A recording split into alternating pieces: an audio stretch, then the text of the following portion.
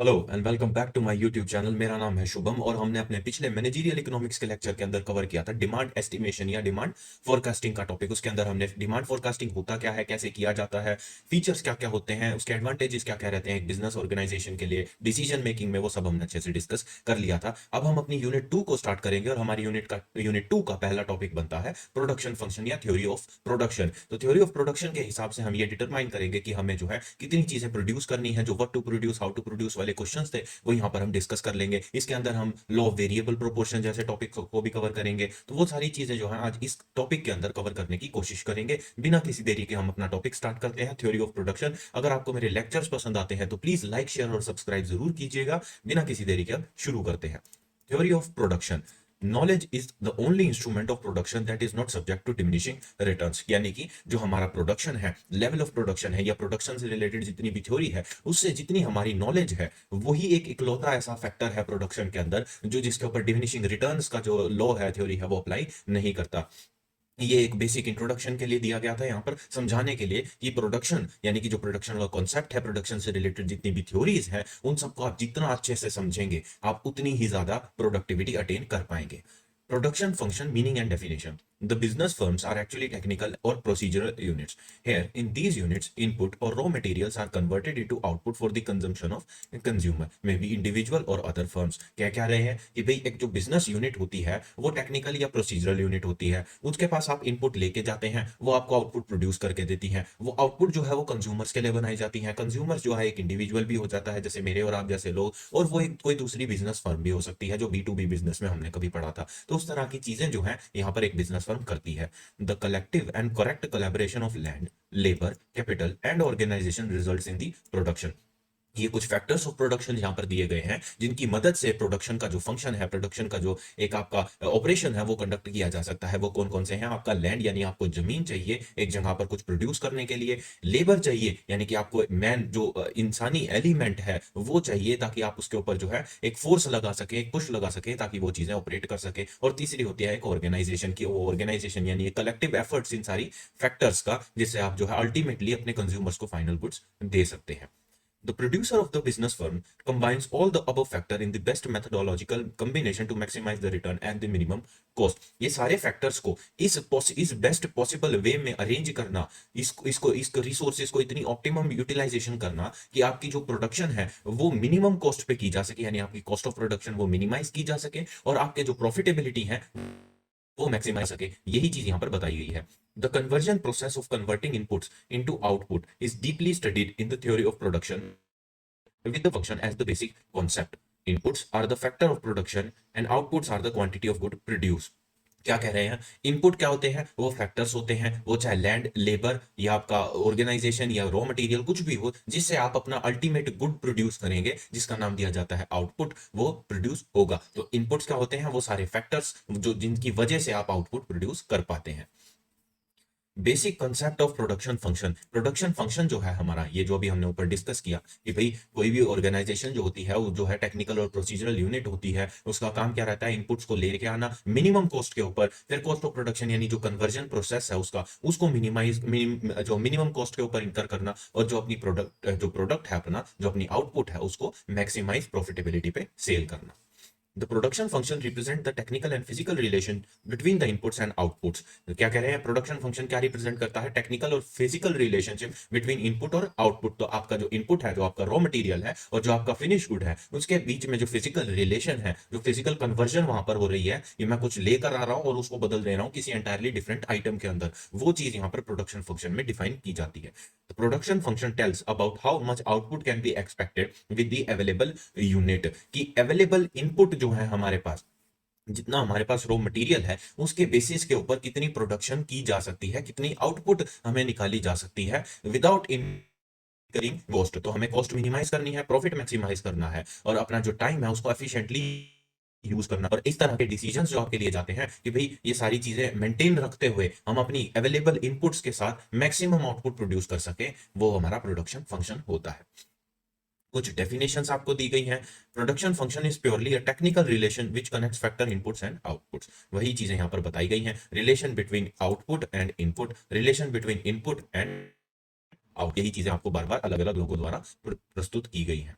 हमारा जो फंक्शन होता है किस चीज का, प्रोडक्शन का, हम थ्योरी ऑफ प्रोडक्शन पढ़ रहे हैं, तो यहाँ पर जो भी फंक्शन यहाँ पर हम मेंशन करेंगे वो किसके होंगे, वो प्रोडक्शन के होंगे। तो हमारा प्रोडक्शन का फंक्शन क्या रहता है, फैक्टर, ये जो एफ है आपका ये क्या है, फैक्टर, एल सी एन, यानी L for land, C for capital, और एन क्या होता है आपका, लैंड, बिल्कुल सही बात है, यानी लेबर, कैपिटल एंड लैंड। तो ये चीजें आपकी यहाँ पर मेंशन की गई हैं, यानी कि हमारा जो प्रोडक्शन फंक्शन है वो क्या होता है, लैंड, कैपिटल और लेबर। ये चीज आपको बार बार यहाँ पर देखने को मिलेगी। In simplest case where land and capital are available the production function can be express, यानी कि देखिए एन आप लैंड को ले लीजिए, एल आप लेबर को ले लीजिए, तो यहाँ पर सिंपलेस्ट केस में लेबर और कैपिटल हो गया, वो चीजें यहाँ पर बता दी गई हैं। उसके बाद आते हैं मैनेजरियल यूजेस ऑफ प्रोडक्शन, कि भाई प्रोडक्शन फंक्शन जो है, हमने देख लिया प्रोडक्शन फंक्शन का मीनिंग क्या होता है, डेफिनेशंस क्या होती है, हमें समझ में आ गया कि वो इनपुट और आउटपुट के बीच का एक टेक्निकल रिलेशनशिप है, कि भाई हम कितने इनपुट्स के साथ कितनी आउटपुट प्रोड्यूस कर सकते हैं while keeping our cost to the minimum and profit to the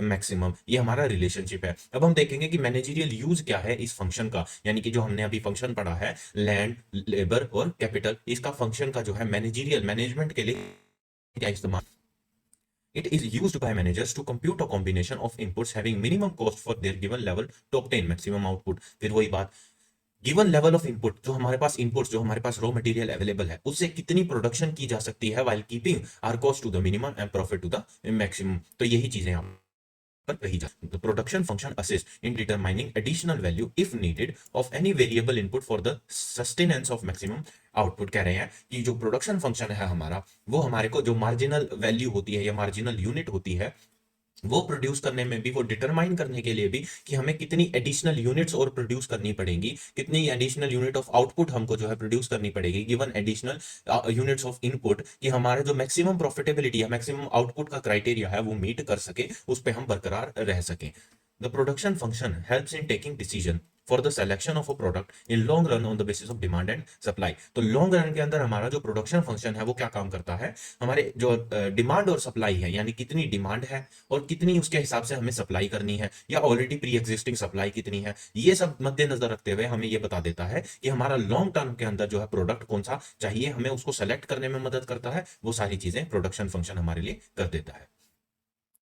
With the proper information available, the returns can be maximized for the given expenditure and also any additional use of input is thereby stopped। कि भाई proper information जब हमारे पास होगी, वो चाहे demand estimation की हो, चाहे डिमांड फोरकास्टिंग की हो, तो हम, और चाहे हमारे पास अवेलेबल इनपुट की कितनी है, अवेलेबल रिक्वायरमेंट फाइनेंस का कितना है, ये सारी इंफॉर्मेशन जब आप एक साथ यूज करते हैं और ये इंफॉर्मेशन बिल्कुल टू द पॉइंट करेक्ट है, तो इससे होता क्या है, एक तो आपकी कॉस्ट बचती है, जो आप एडिशनल यूनिट्स को प्रोड्यूस करने में बचाएंगे अपनी। कहने का मतलब है, जैसे आपने डिमांड फोरकास्ट किया, हमने डिमांड फोरकास्टिंग का जो चैप्टर इससे पहले पढ़ा था, उसके अंदर हमने एक्जैक्टली डिटरमाइन किया था कि कहां पर किस चीज की ज्यादा डिमांड है, किस टाइम पर पीक करेगी, किस टाइम पर नीचे जाएगी, उसके बेसिस पे हम जो है अपनी प्रोडक्शन, जो है लेवल ऑफ प्रोडक्शन है, उसको लिमिट कर सकते हैं, उसको फिक्स कर सकते हैं कि भाई मैंने 1 लाख यूनिट्स जो है प्रोड्यूस करनी है दिवाली फेस्टिव के टाइम पर, क्योंकि वहां पर डिमांड जो है वो पीक करती है। ठीक है। अब वहां पर क्या होता है, जहां पर मैं रिस्ट्रिक्शंस लगाता हूं, जहां पर मैं लिमिट्स लगाता हूं, जहां पर मैं टारगेट सेट करता हूं, वहां पर मेरा जो एडिशनल यूनिट प्रोड्यूस की जा सकती हैं गलती से, तो वो चीजें जो है अवॉइड की जा सकती हैं, क्योंकि ना सिर्फ यहां पर एडिशनल यूनिट्स प्रोड्यूस कर रहे हैं, बल्कि एडिशनल यूनिट्स पर जो है एडिशनल कॉस्ट भी तो इनकर की जा रही है। तो ये सारी चीजें अवॉइड की जा सकती हैं किससे, प्रोडक्शन फंक्शन से।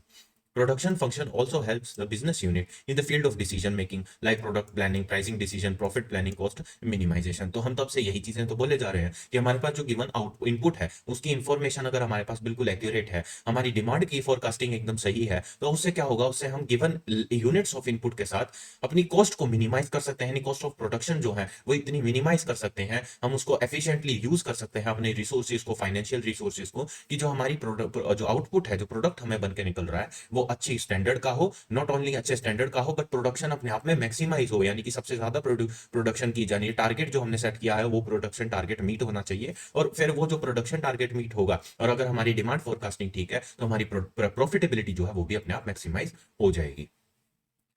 The managers can understand various complex and difficult production functions which help them to decide whether to increase or decrease the production। फिर वही चीजें आ गई कि भाई हमें जो है वो चीजें डिसाइड करने में हेल्प करता है, जिससे हम अपनी प्रोडक्शन जो है वो मिनिमाइज और मैक्सिमाइज कर सकते हैं, इंक्रीज या डिक्रीज कर सकते हैं। डिमांड और सप्लाई की बात यहाँ पर बार बार आएगी। It also helps the manager in method of cost estimation and calculation. बिल्कुल कॉस्ट मिनिमाइज करना है तो कॉस्ट को एस्टिमेट करना ही पड़ेगा, तो कॉस्टिंग यहाँ पर बहुत इंपॉर्टेंट हो जाता है। आते हैं आपकी भाई टाइप्स क्या रहते हैं फैक्टर ऑफ प्रोडक्शन के। अभी हमने देखा फैक्टर ऑफ प्रोडक्शन, देखिए यहाँ पर एक टेक्निकल टर्म है किसके लिए, इनपुट्स के लिए। जहां पर इनपुट लिखा आएगा आप समझिए फैक्टर ऑफ प्रोडक्शन है, और जहां पर फैक्टर ऑफ प्रोडक्शन लिखा आएगा वहां पर क्या है, आपकी इनपुट्स हैं। कंफ्यूज मत होना। तो यहां पर बताया है कि types of factors of production, किस तरह के फैक्टर्स होते हैं हमारे। तो दो तरह के फैक्टर होते हैं, एक फिक्स्ड वेरिएबल हो गया जो आपकी प्रोडक्शन के ऊपर या जो आपकी सेल्स के ऊपर जो है फिक्स नहीं रहता, वो उसके बेसिस पर जो है आप पे आउट नहीं करते कि ज्यादा प्रोडक्शन हो रही है तो ज्यादा रेंट पे करना पड़ेगा, ऐसा थोड़ी होता है। लेकिन रेंट आपका जो है वो फिक्स्ड है, चाहे आप उसके अंदर कुछ भी प्रोड्यूस करें या ना करें। वो आपने एक बिल्डिंग अगर किराए पर ले ली है तो उसको जो ओनर है उस बिल्डिंग का, जो आपका टेनेंट है, उसको क्या फर्क पड़ता है कि भाई या जो जो भी लैंडलॉर्ड है आपका, उसको क्या फर्क पड़ता है कि भाई आप उसके अंदर प्रोड्यूस करें ना करें, उसको अपने किराए से मतलब है। आप प्रोड्यूस करें तो भी उसको किराया मिलना है, आप प्रोड्यूस ना करें क्योंकि आपने उसकी बिल्डिंग किराए पे ली है तो भी उसको किराया मिलना ही है। तो ये फिक्स्ड फैक्टर्स हो जाते हैं। जैसे मशीन हो गया, आपने मशीन खरीद ली है, अब मशीन की रिपेयर एंड मेंटेनेंस आपको करानी पड़ेगी, वो एक फिक्स्ड फैक्टर हो जाता है। कंप्यूटर जो है सिस्टम, ये भी फिक्स्ड फैक्टर है, लेने ही पड़ेंगे। Premises like building and offices, जो परमानेंट स्ट्रक्चर्स हैं, परमानेंट फिक्सचर्स हैं। फिक्सचर्स में क्या आते थे, फर्नीचर एंड फिटिंग्स याद है, फिक्सचर्स याद है, उनके अंदर मशीनरी आती थी हमारी। ये सारी चीजें जो हैं जो परमानेंट एस्टैब्लिश हो गई, अब आप उनको ऑपरेट करें या ना करें, वो परमानेंटली वहां पर रखी जा चुकी हैं। और उनकी जो है अब आप उनको इजीली ना तो बेच सकते हैं ना कुछ और कर सकते हैं। आपने रेंट किराए पर जो है बिल्डिंग किराए पर ले ली, आपको किराया पे करना पड़ेगा क्योंकि वहां पर रेंट एग्रीमेंट बन जाता है। उस तरह की चीजें जो है जो फिक्स्ड नेचर की होती हैं, जिनको इस चीज से फर्क नहीं पड़ता कि आप वहां पर एक्चुअल कोई आउटपुट दे रहे हैं या नहीं दे रहे हैं। ऑन दी अदर हैंड जो आपके वेरिएबल्स फैक्टर होते हैं, यानी कि वैसे खर्चे या वैसे फैक्टर्स जो आपकी लेवल ऑफ प्रोडक्शन के ऊपर डिपेंड करते हैं, वो आपके वेरिएबल फैक्टर हो जाते हैं। कि भाई इनपुट जो है वो चेंज होती रहती है डिपेंडिंग कि आप आउटपुट कितनी प्रोड्यूस कर रहे हैं। आप ज्यादा आउटपुट के टारगेट रखेंगे तो ज्यादा इनपुट भी मंगाएंगे। आपकी रॉ मटेरियल है, लेबर है, आप दो दो प्रोडक्शन लाइन सेटअप कर रहे हैं तो भाई आपको दो प्रोडक्शन लाइन सेटअप करने के लिए लेबर भी चाहिए। आपकी इलेक्ट्रिसिटी हो गई, क्योंकि आप जितनी ज्यादा मशीनरी यूज करेंगे उतनी ज्यादा इलेक्ट्रिकल सप्लाई होगी। आपकी जो भी इस तरह की मैनेजरियल फोर्स है, जो एम्प्लॉय से रिलेटेड है, वो सारी चीजें यहाँ पर वेरिएबल हो गई। यानी जो आपकी लेवल ऑफ प्रोडक्शन या लेवल ऑफ आउटपुट के हिसाब से चेंज होती रहती हैं, आपको डिटरमाइन नहीं कर पाते कि ये चीज यहाँ पर फिक्स रहनी है, ये चीज वहां पर फिक्स रहनी है, वो सारी चीजें कहां पर बन जाती हैं, वेरिएबल फैक्टर्स के अंदर बन जाती हैं। तो बस ये फिक्स फैक्टर और वेरिएबल फैक्टर इनको जरा याद रखिएगा। उसके बाद आते हैं टाइम पीरियड क्लासिफिकेशन, यानी कि on the basis of time, कि यानी समय के तौर पर जो है किस तरह के फैक्टर ऑफ प्रोडक्शंस बन सकते हैं। तो उसके अंदर फिर जब भी बात टाइम की आती है, चाहे वो कोई भी सब्जेक्ट हो, वो कौन से टाइम होते हैं, एक तो शॉर्ट रन होता है, एक होता है लॉन्ग रन, या शॉर्ट टर्म या लॉन्ग टर्म, या शॉर्ट रन या लॉन्ग रन। तो शॉर्ट रन क्या होते हैं कि भाई शॉर्ट रन वो वाले फैक्टर्स होते हैं जहां पर हमारी फिक्स्ड कॉस्ट और वेरिएबल कॉस्ट, दो कॉस्ट की एग्जिस्ट करती हैं। ये दोनों वेरिएबल्स यहाँ पर एग्जिस्ट करते हैं कि भाई over which one or more factor of production are fixed and other are variables. Generally land plant, capital plant or equipment are treated as fixed factor। ये वही चीज बता दी जो ऊपर पड़ी थी। Short run the production function defines limitation in choice of input with a firm. A firm can only alter its production by making changes in variable input such as labor। यानी कि वो अपनी इन शॉर्ट रन में क्या होता है, short run में आप जो अपनी प्रोडक्शन है, लेवल ऑफ प्रोडक्शन है, वो सिर्फ वेरिएबल फैक्टर्स को ही चेंज कर कर बढ़ा सकते हैं या कम कर सकते हैं। आप फिक्स फैक्टर को चेंज नहीं कर सकते। लेकिन लॉन्ग रन में जो है आपके फिक्स फैक्टर नाम की कोई चीज होती नहीं, आपके सिर्फ वेरिएबल्स फैक्टर होते हैं। तो वही चीज यहां पर बता दी गई है। This is the period in which all the factor of production are variable. क्योंकि देखिए आप ये डिसाइड नहीं कर सकते आने वाले 10 साल के अंदर कौन सी चीज मैं यही रहूंगा या नहीं रहूंगा। हो सकता है मैं आज ये जो है मैं किराए के प्रोडक्शन हाउस में रह रहा हूं या वेयर हाउस ले रखा है, कल को मैं अपना वेयर हाउस बना लूं। तो आप लॉन्ग रन में जो है कोई भी चीज डिटरमाइन नहीं कर सकते, आप सर्टेन नहीं रह सकते किसी भी चीज को लेकर। तो इसलिए लॉन्ग रन के अंदर जो है वो अपने सारे वेरिएबल, सारे फैक्टर्स जो है वो क्या रहते हैं, वेरिएबल रहते हैं, वो चेंज होते रहते हैं समय के साथ साथ।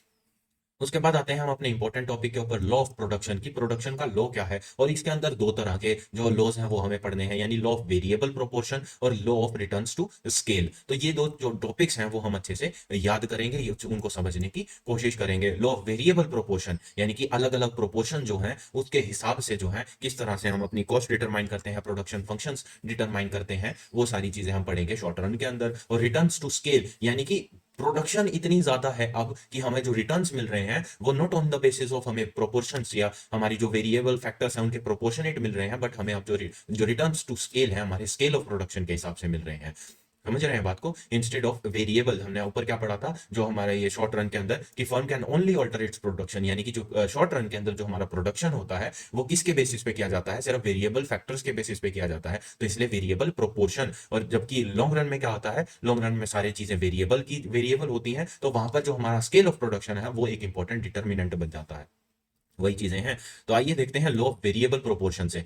The law of variable proportion came into action when a firm increased its output by applying additional variable input with a given quantity of fixed factor। यानी कि आपका फिक्स्ड जो फैक्टर वो क्या है, वो तो चेंज नहीं होगा, वो तो आपके पास जो आपने फैक्ट्री ले ली अब रेंट पे वो रहेगी, जो आपने क्या नाम है ऑफिस बिल्डिंग ले ली वो रहेगी, जो आपने कंप्यूटर्स मशीनरी वो सब ले ली वो चीजें तो रहेंगी, उनको आप चेंज नहीं कर सकते। आपने एक ले ली, क्योंकि ये बात शॉर्ट रन की हो रही है इसलिए कहा जा रहा है कि वो चेंज नहीं हो सकती है। Once fixed is always fixed in the short run, तो ये चीज याद रखिए। अब आप चेंज क्या कर सकते हैं, वेरिएबल फैक्टर। वेरिएबल फैक्टर कौन से होते हैं, आप ज्यादा लेबर यूज कर लेंगे, ठीक है, आप ज्यादा एनर्जी यूज कर लेंगे, ज्यादा वर्किंग आवर्स यूज कर लेंगे, ज्यादा वेजेस पे करके उनको ज्यादा काम करा लेंगे, जिसको ओवर टाइम बोला जाता है। तो इस तरह के फैक्टर्स जो है जो वेरिएबल नेचर के हैं वो आप यहाँ पर चेंज करके अपनी जो आउटपुट है उसको इंक्रीज करने की कोशिश करते हैं। आपका जो फिक्स्ड फैक्टर है वो कॉन्स्टेंट रहता है, उसके अंदर आप चेंजेस नहीं कर सकते। आ गई समझ में क्या कह रहा हूं मैं यहाँ पर, कि जो आपका वेरिएबल प्रोपोर्शन है वो ये कहता है कि जो आपके लेवल ऑफ आउटपुट है, यानी आपका जो प्रोडक्शन है वो किसके ऊपर डिपेंड करता है, कि आप या वो किससे चेंज किया जा सकता है, सिर्फ वेरिएबल फैक्टर से चेंज किया जा सकता है। वेरिएबल फैक्टर्स कौन से होते हैं, लेबर इंक्रीज कर दी, एडिशनल यूनिट ऑफ लेबर लगा दी, यानी कि मार्जिनल, जो मार्जिनल एडिशनल का मतलब क्या होता है, मार्जिनल, तो एडिशनल लेबर लगा दी मैंने, जहां पर मैं 10 लेबर से मान लीजिए 1000 यूनिट्स प्रोड्यूस करवा रहा था, मेरा टारगेट है 1200 का, तो मैं 2 लेबर और ले आता हूँ। इस तरह से जो है एडिशनल यूनिट ऑफ लेबर, क्योंकि मुझे एडिशनल यूनिट ऑफ आउटपुट चाहिए, उस तरह से जो है वेरिएबल फैक्टर्स जो है वो हम चेंज कर सकते हैं अपने वेरिएबल जो सॉरी प्रोडक्शन को चेंज करने के लिए। The law of variable proportion came into action when a firm increased its output by applying additional variable inputs with given quantity of fixed factors, यानी कि जो फिक्स्ड फैक्टर हैं वो चेंज नहीं होंगे, वो कांस्टेंट रहेंगे। आप अपनी प्रोडक्शन को किससे चेंज कर सकते हैं, वेरिएबल फैक्टर्स को बढ़ा के या कम करके। Land premises are fixed factor, labour power raw material are variable factor. बस इतना चीज याद रखिएगा। The law of variable proportion states that if a variable quantity of one resource is applied to a fixed amount of other input, क्या कह रहे हैं, variable quantity of one resource is applied to a fixed amount of other input, output per unit of variable input will increase, but beyond some point the resulting increase will be less and less, with the total output reaching a maximum before it finally begins to decline, यानी कि diminishing returns, कि आप जो है एक certain level तक variable input को increase करके अपनी प्रोडक्शन को जो है मैक्सिमाइज कर सकते हैं, बट जैसे ही वो अपनी मैक्सिमम पॉइंट पर पहुंचेगी आप उसके अंदर चाहे कितने ही एडिशनल लेबर लगाते रहे, चाहे कितनी ही, देखिए यहाँ पर फिक्स्ड फैक्टर की बात हो रही है, फिक्स्ड फैक्टर आप चेंज कर नहीं सकते। मान लीजिए मेरी एक मशीन है जो कि एक फिक्स्ड फैक्टर है, जो कि दिन में 10,000 यूनिट्स प्रोड्यूस कर सकती है, बहुत अच्छी बात है, ठीक है, लेकिन मेरे पास इस वक्त लेबर कितने हैं, 10 लोग। वो 10 लोग जो हैं उस मशीनरी की मैक्सिमम कैपेसिटी जो है वो यूटिलाइज नहीं कर पा रहे। वो कितनी कर पा रहे हैं, वो 7,000 यूनिट जो है, 10 लोग 10 लेबर वेरिएबल फैक्टर, वो कितनी यूनिट प्रोड्यूस कर पा रहे हैं पूरा दिन भर काम कर कर, जो है ओवर टाइम भी इंक्लूड कर लीजिए, यहाँ पर कितनी कर पा रहे हैं, 7,000 यूनिट। अब मुझे कितनी और चाहिए, 3,000 यूनिट। मैं क्या करूंगा, मैं 3 लेबर और लगा दूंगा, ठीक है। वो 3 लेबर और लगाने से क्या हुआ भाई, 7,000 की जगह 9,000 पे पहुंच गए। मैं 3 लेबर और ले आता हूं, अब क्या हुआ, अब हुआ क्या, मेरे पास अब कितनी लेबर होगी, 16 लेबर होगी। अब मेरे पास 16 लेबर होगी और मेरी आउटपुट कितनी आ रही है, अभी भी 10,000 हो। तो मैं अब क्या देख रहा हूं यहाँ पर, कि यार यहाँ पर जो है लेबर यानी वेरिएबल इनपुट जो है मेरी, उसकी ओवर यूटिलाइजेशन की जा रही है, और मैं अपनी मैक्सिमम आउटपुट जहां पर है वो 15 लोगों पर या 14 लोगों पर ही अटेन कर पाऊं। तो यहाँ पर 2 वेरिएबल इनपुट जो है वो क्या आ गई, जो 2 एडिशनल लेबर यूनिट्स हैं वो क्या हो गई, वो वेस्ट हो गई मेरी। तो वो ये कह रहे हैं कि जैसे आपकी मैक्सिमम आउटपुट जो है रीच करी जाती है, तो आपके जो वेरिएबल इनपुट्स हैं, ठीक है, वो आपको उतना रिजल्ट्स नहीं देते जितना आप जो है उनसे एक्सपेक्ट कर रहे थे। यानी कि output per unit variable will increase, जितना आप जो है एक सर्टेन लेवल के ऊपर वेरिएबल अपना बढ़ाते जाएंगे, ठीक है। एक वो जो आउटपुट पर यूनिट है, जो आपने आउटपुट डिसाइड करी थी, वो एक लेवल तक इंक्रीज करेगी, बट बियॉन्ड दैट पॉइंट 10,000 के बाद जो आपकी इंक्रीज है, जो आपका लेवल ऑफ आउटपुट है, वो जो है या तो इंक्रीज नहीं करेगा या फिर वो जो है अपने मैक्सिमम पॉइंट के बाद डिक्लाइन करना स्टार्ट कर देगा। तो ये चीज जो है हमारा किस में आता है, लॉ ऑफ वेरिएबल प्रोपोर्शन के अंदर। आइए कुछ इसकी अजम्पशन देखिए, डिमिनिशिंग रिटर्न्स। मैंने क्या कह दिया था आपको पहले बता दिया था कि यानी कि एक पॉइंट के बाद जो मैक्सिमम पॉइंट है आपकी प्रोडक्शन का, वहां पर रीच करने के बाद आपको जो रिजल्ट्स मिलेंगे आपकी पर यूनिट ऑफ जो आपने एडिशनल वेरिएबल यूनिट लगाई है, वो उतने नहीं मिलेंगे जितने आप एक्सपेक्ट कर रहे थे। तो वो चीजें क्या करती हैं, डिमिनिशिंग करती जाती हैं, डिमिनिश करती जाती हैं over a period of time. तो वो ये वेरिएबल प्रोपोर्शन को जो दूसरा नाम दिया गया, वो क्या दिया गया है, लॉ ऑफ डिमिनिशिंग रिटर्न की। जैसे जैसे आप अपने वेरिएबल इनपुट्स बढ़ाते जाएंगे, एक सर्टेन लेवल तक आपका प्रोडक्शन उसके प्रोपोर्शनेट बढ़ता जाएगा। वेरिएबल प्रोपोर्शन, समझ गए बात को, अब नाम से पता चला कुछ।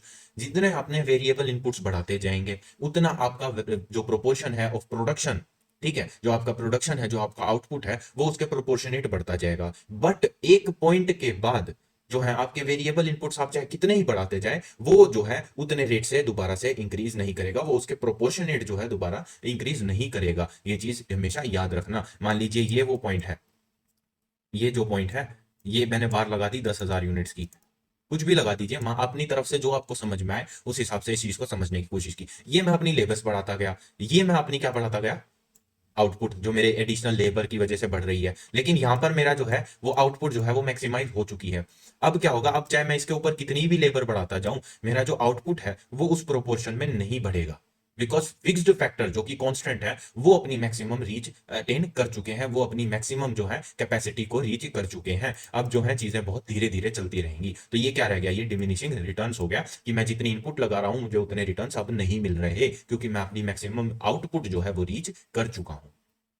कुछ अजम्पशंस हैं इसकी। Only one factor is variable while other are fixed. जैसे मैंने आपको बताया, यहाँ पर वेरिएबल क्या था, सिर्फ लेबर। आप इसकी जगह कुछ और भी जो वेरिएबल यूनिट है वो ले सकते हैं, जो वो अदर वेरिएबल फैक्टर हैं, जैसे इलेक्ट्रिसिटी होगी। जितनी ज्यादा मशीनरी चलाएंगे उतनी ज्यादा इलेक्ट्रिसिटी ऑक्यूपाई की जाएगी, तो वही चीजें यहाँ पर बताई जाएंगी, बाकी सब फिक्स्ड रहेगा।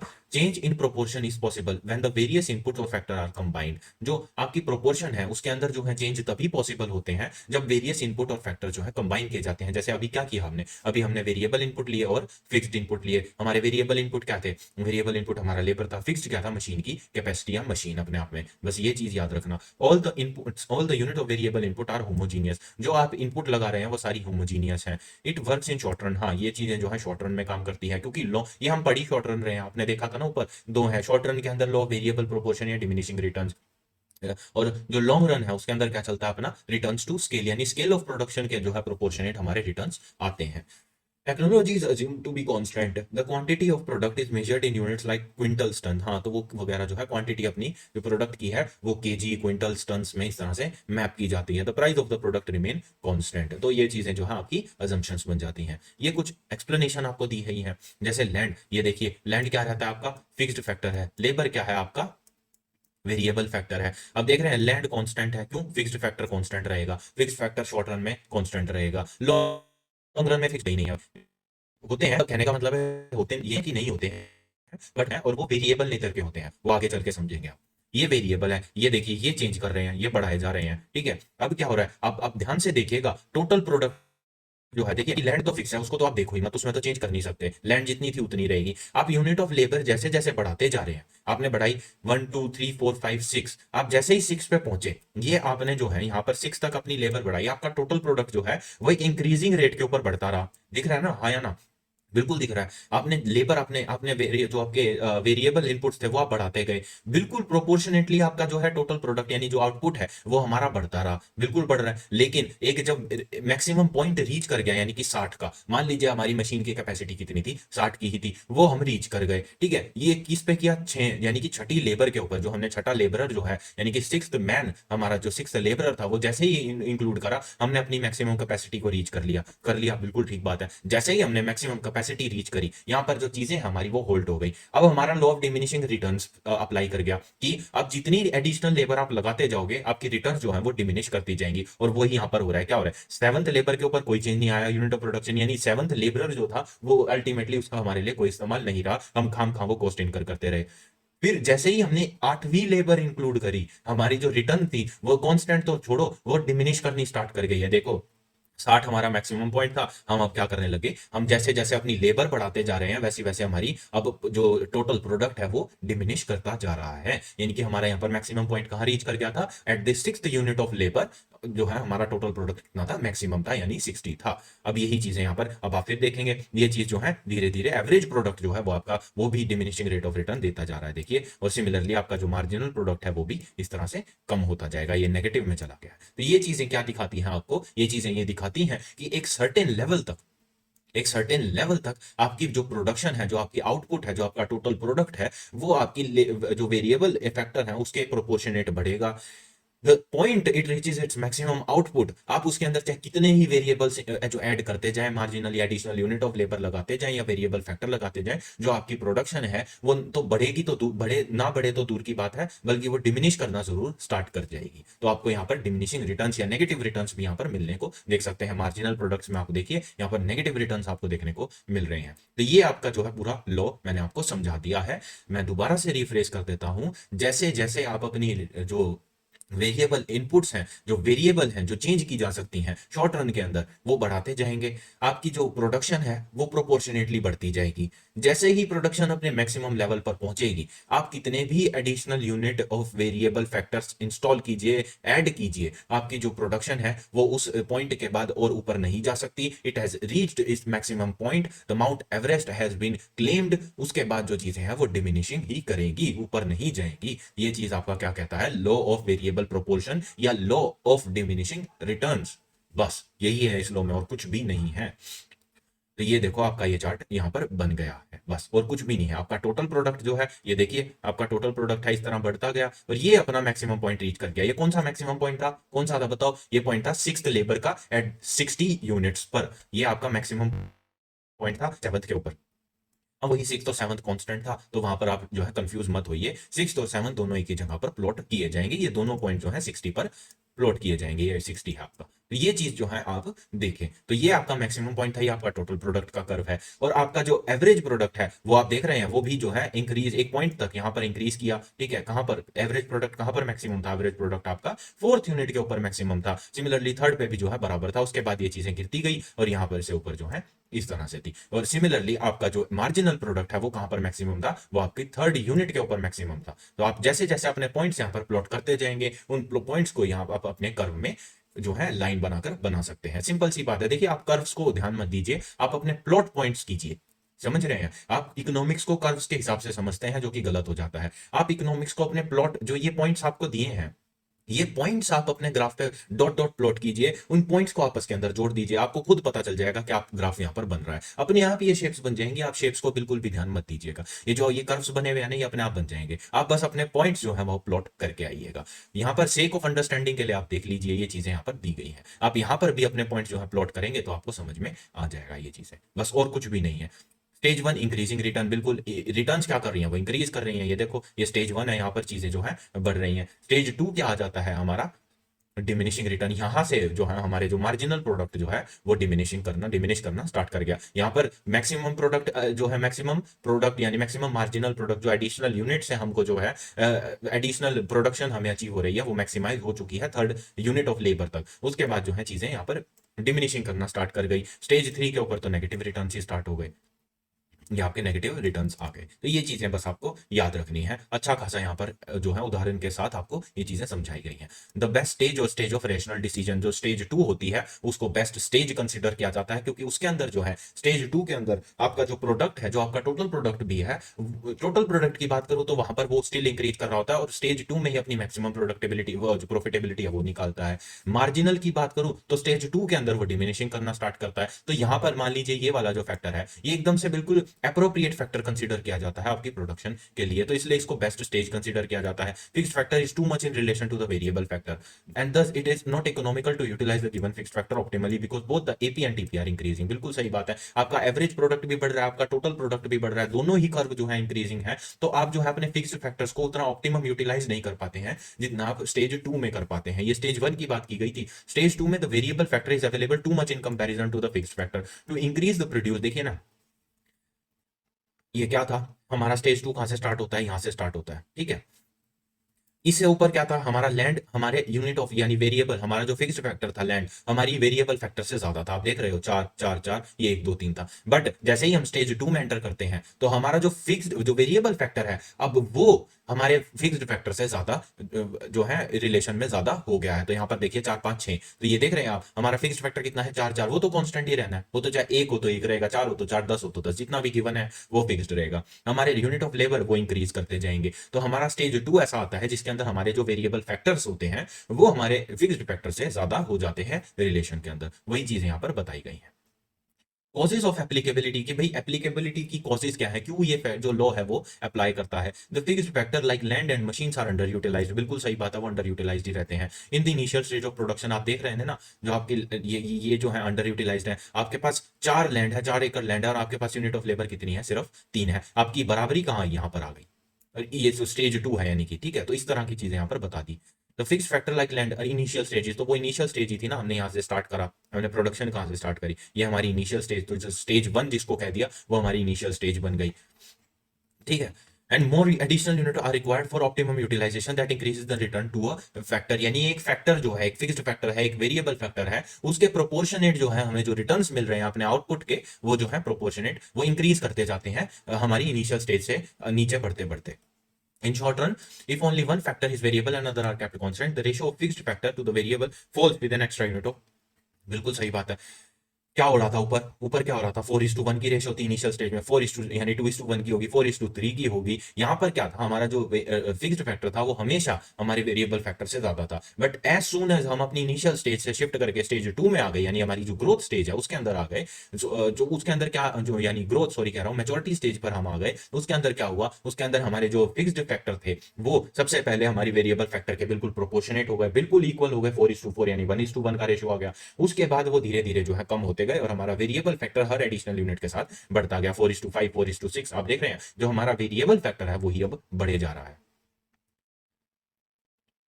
तो वही बढ़ा रहे हैं, here the marginal return of variable factor start to diminishing, यानी कि अब हर जो यूनिट हम मार्जिनल लगा रहे हैं, आप देख रहे थे ना, हमने 6th और 7th अपने लेबर के ऊपर मैक्सिमम प्रोडक्टिविटी, जो मैक्सिमम प्रोडक्ट है टोटल प्रोडक्ट वो मैक्सिमम पर आ गया था। उसके बाद हम जितनी भी लेबर और ऐड करेंगे हमारी प्रोडक्ट जो है सिर्फ फॉल करेगा, डिमिनिशिंग करेगा, वो इंक्रीज नहीं करेगा। जो कर्व है वो जो अपना जो हमने ऊपर देखा था वो अब नीचे ही आएगा, वो अब दोबारा से इस तरह ऊपर नहीं जा सकता। तो ये चीज जो है आप ध्यान रखिएगा।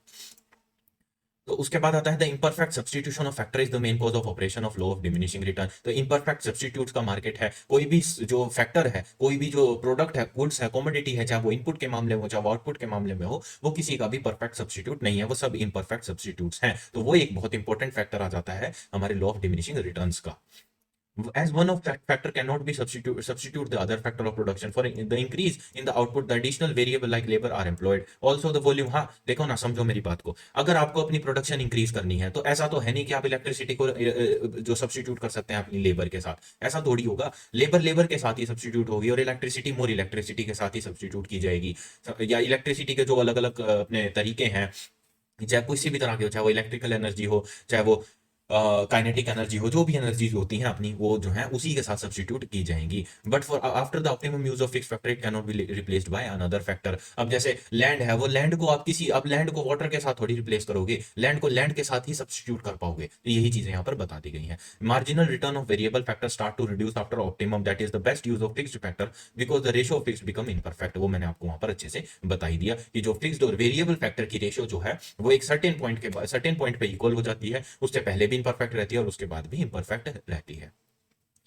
Applicability of law variable. This law is applicable in agricultural production where unlike fixed factor, the variable factor like labor can be increased up to any extent। यानी कि हमारा जो अब एक खेत है हमारे पास, एक फार्म है, तो उसके ऊपर क्या करेंगे, तो उसके ऊपर हम लेबर को जो है ज्यादा से ज्यादा यूज कर सकते हैं इंस्टेड ऑफ, हम अपने फिक्स्ड फैक्टर तो चेंज कर ही नहीं सकते, फार्म तो वही रहेगा ना जो है हमारे पास। वही चीजें यहाँ पर बता दी गई हैं। The law become operative in industry where additional available units of labor, capital and initiative are of inferior quality or are accessible at greater cost। तो यहाँ पर जो चीजें हैं वो अप्लाई कर जाती हैं। कुछ एरियाज हैं exception to the law, postponement की, यहाँ पर जो है ये लॉ पोस्टपोन हो जाता है, यहाँ पर ये लॉ एप्लीकेबल नहीं होता। Where the improve technique of production are introduce, बिल्कुल जब आप इंप्रूव जो लेटेस्ट टेक्नोलॉजी है जैसे इंट्रोड्यूस करते हैं, लेबर को हटाकर कैपिटल इंटेंसिव चीजें जो है अप्लाई कर देते हैं, तो आपका ये लॉ जो है फेल कर जाता है। When one factor can be perfectly substituted, हमने क्या पढ़ा था, ये फैक्टर कहाँ अप्लाई करता है, ये फैक्टर की अजम्पशन ही क्या है कि आपके जो फैक्टर्स हैं वो इम्परफेक्ट सब्स्टिट्यूट हैं एक दूसरे के। आप इम्परफेक्ट सब्स्टिट्यूट के बेसिस पे एक लॉ या थ्योरी जो है बना रहे हैं, और उसके अंदर अगर आप परफेक्ट सब्स्टिट्यूट अप्लाई कर देते हैं तो आपकी वो थ्योरी फेल हो जाती है। वही चीज यहाँ कहती है laws of return to factor, कि भाई return to a factor is actually related to law of variable proportion as the short term production function. कि भाई वही रिटर्न टू फैक्टर ऊपर तो पड़ा था, वही है ये return to factor, return to scale. Here one factor is happen to be a variable and other factor are kept fixed to obtain more output. तीन different phases, increasing, constant और diminishing। increasing के अंदर क्या होता है, more and more unit of are hired and employed। ये similar वही चीजें हैं, बस इनको रिफ्रेश किया गया है। इनिशियल स्टेजेस के ऊपर आप जितनी वेरिएबल इनपुट लगाएंगे उस वेरिएबल इनपुट के प्रोपोर्शनेट ही आपकी आउटपुट बढ़ती जाएगी, इंक्रीजिंग रेट ऑफ रिटर्न्स मिलेंगे आपको। बट एक पॉइंट आएगा जब वो कांस्टेंट हो जाएगा, 6 पे 60 था, 7 पे 60 था कांस्टेंट रेट ऑफ रिटर्न्स। उसके बाद क्या आता है, आप जैसे ही 8वीं यूनिट ऑफ लेबर लगाएंगे वो डिमिनिशिंग करना स्टार्ट कर जाएगा। 8 पे कितना हो गया था, 56 हो गया था, हमने मैक्सिमम कितना देखा था, 60 देखा था, 8 पे कितना हो गया, 56 हो गया। फिर उसके बाद जब हम और 9th एडिशनल यूनिट लगा देंगे तो वो 56 से और घट के कितना हो जाएगा, 50 या जो भी है वो होता जाएगा, तो डिमिनिशिंग बढ़ता जाएगा। तो वही चीज यहाँ पर कहती है। अब हमारा आता है रिटर्न्स टू स्केल, जो कि हम अपने अगले कल वाले लेक्चर में कवर करेंगे। आज अपने वेरिएबल प्रोपोर्शन को अच्छे से रिवाइज कर लीजिएगा, कुछ है नहीं इस लो में, मैंने आपको बार बार जो चीजें हैं एक्सप्लेन कर दी हैं, इसके अलावा इसके अंदर और कुछ है नहीं। आप इसको देखेंगे, आप इसको खुद से रिवाइज करेंगे। अगर आपको कोई डाउट आता है आप मुझसे कमेंट सेक्शन में पूछेंगे। टेलीग्राम चैनल के ऊपर अगर आपको कोई चीजें चाहिए तो वो भी कमेंट सेक्शन में मेंशन कर दीजिएगा, मैं वहां पर आपको उपलब्ध करा दूंगा। अगर आपको मेरे लेक्चर्स पसंद आते हैं तो लाइक शेयर और सब्सक्राइब कीजिएगा। कोई फीडबैक देना हो तो कमेंट में मेंशन कर दीजिएगा, मैं उसको इंप्रूव करने की कोशिश करूंगा। हम अपने अगले लेक्चर में मिलते हैं बिजनेस एनवायरनमेंट में, तब तक के लिए धन्यवाद।